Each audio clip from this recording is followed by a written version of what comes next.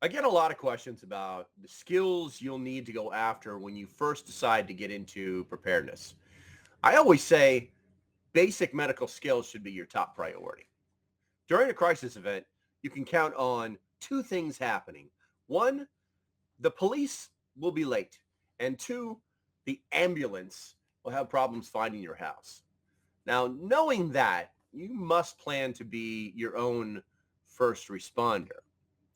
Now, most people haven't even thought about these kind of problems and that they'll have to deal with them during SHTF situation or even how to deal with them. But maybe it's time to take stock and plan your medical preparedness. Here are a list of 4 basic first aid skills you should go after as soon as possible as a prepper. But before we do that, please remember to like and subscribe so that you'll get notified when my videos drop or I go live. All right, let's get into it. All right, so the first thing is the ability to establish an airway. Um, the airway is the most important priority in the management of a severely injured patient. It is essential to open and clear the airway to allow free access of air to the lungs. There are many methods of opening the airway and numerous methods for establishing control of the airway can be learned. I'm not going to teach you any medical. We're not going to talk about how to do it. But here's the thing.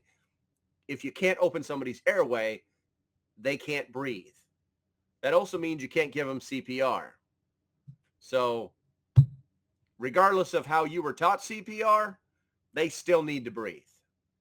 You need to know how to open an airway. You need to be able to establish an open airway, either by manipulating the patient or using a nasopharyngeal tube, and that takes practice. It's not even hard. It just, you need some practice. Watch some YouTube videos. Do something. Learn how to establish an open airway. Okay, so the next thing is confirming a heartbeat.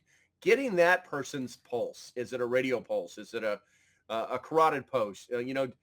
You can even use a pulse oximeter. It's really simple to do, in an emergency situation, the pulse rate, can determine if the person, if the person's heart is even beating. Even if you're a novice at finding a pulse, you can still use a pulse oximeter. Those little things, you can buy them at Walmart, put it over your finger. It'll tell you if there's a pulse or not. You can do the same thing in an emergency situation. I recommend everybody having one and one being inside of their first aid kit. Oh, and learn CPR. So the next thing is stopping the bleed. You see stop the bleed course all over the place. There's a lot of companies out there that are trying to sell you their courses, and they're probably all excellent. But it is the number one cause of preventable death after injuring, is bleeding. It's after an injury and you bleed out. It's that easy. A person who's bleeding can die from blood loss in less than 5 minutes. It's important to know how to quickly stop blood loss.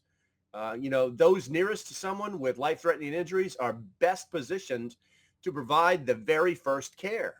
You may be able to save a life by taking simple actions right after the trauma. The training is simple and easy. It really is. So you should learn how to control bleeding. Okay, that's all I'll say on that one. Okay, so this one is actually kind of important.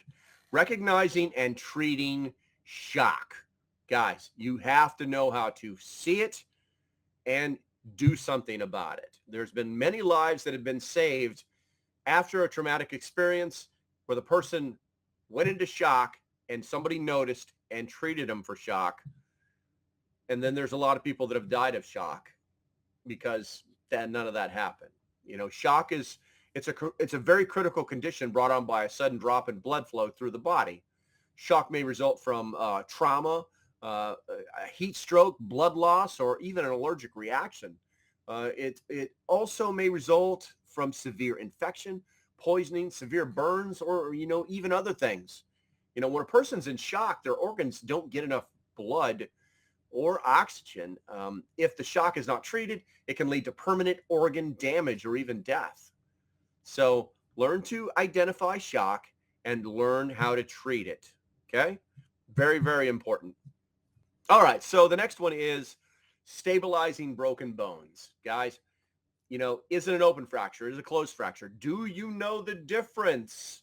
And do you know how to treat those things?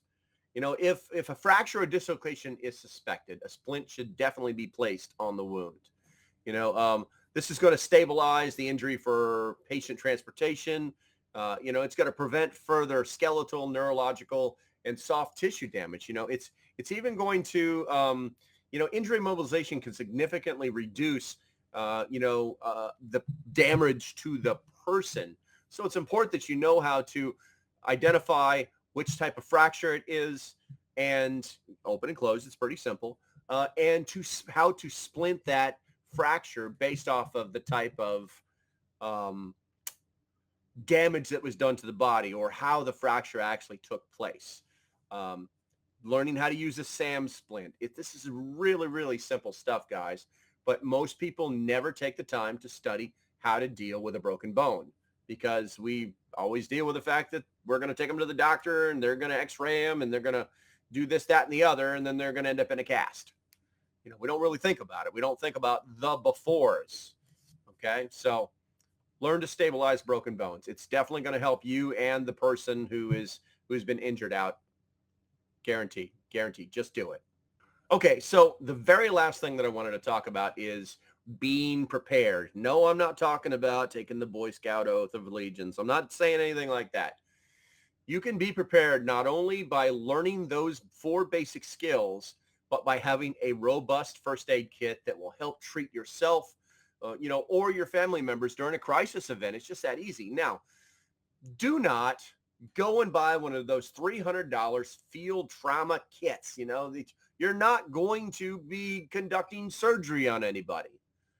Do the research, build your own, start with a tourniquet and a few other specific items. I will leave some links below so that you can actually get started down this path. Remember, it's not a boo-boo kit, and it's not a full-up trauma kit. Think of it as kind of like a hybrid kit. All right, I hope I gave you some information to think about. And if you haven't yet, hit the like and subscribe button. It really does help. Also, if you'd like to support the channel, I'll leave a few links below for you to check out. Thanks for watching, and as usual, stay safe, have a great day, and I'll see you when I see you. Bye-bye.